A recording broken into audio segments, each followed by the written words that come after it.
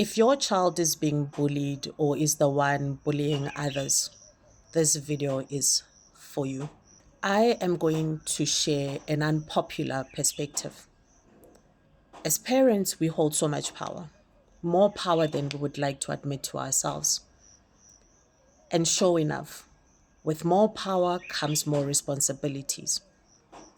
We are quick to always judge or point fingers or even blame the school, the system, other children, and social media. But here is the uncomfortable truth. Home is the first school. You, as the parent, are the first teacher. And the curriculum you teach in your home shows up in public. I'm going to start with the child that is being bullied. Bullying is never right. It can never be right on any level. And schools should intervene. But allow me to ask this question. Have we trained our children to use their voices? Have we built their confidence intentionally? Have we taught them how to hold eye contact, to say no, to say stop, and report without shame? Have we reinforced that being different is a strength and not something to shrink for? Because children who are never taught assertiveness, who are silenced at home, who are constantly corrected without encouragement, often struggle to stand firm outside of it. Confidence is not accidental. Parents, hear me, it is trained. Now, the harder reflection is this. If your child is the one bullying, look inward first.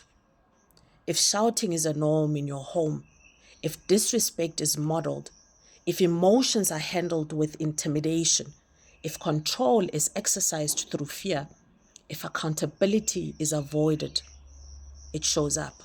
A child who learns that power equals volume will test that theory on someone smaller. A child who is dismissed repeatedly may dismiss others.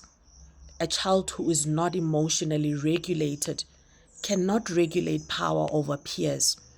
This is not about shame, parents. This is about ownership. Your KPI as a parent is visible in your child's behavior, not their trophies, not their grades, but their character.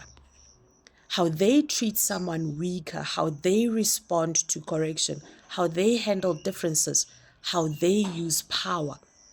The home has a curriculum, whether we acknowledge it or not.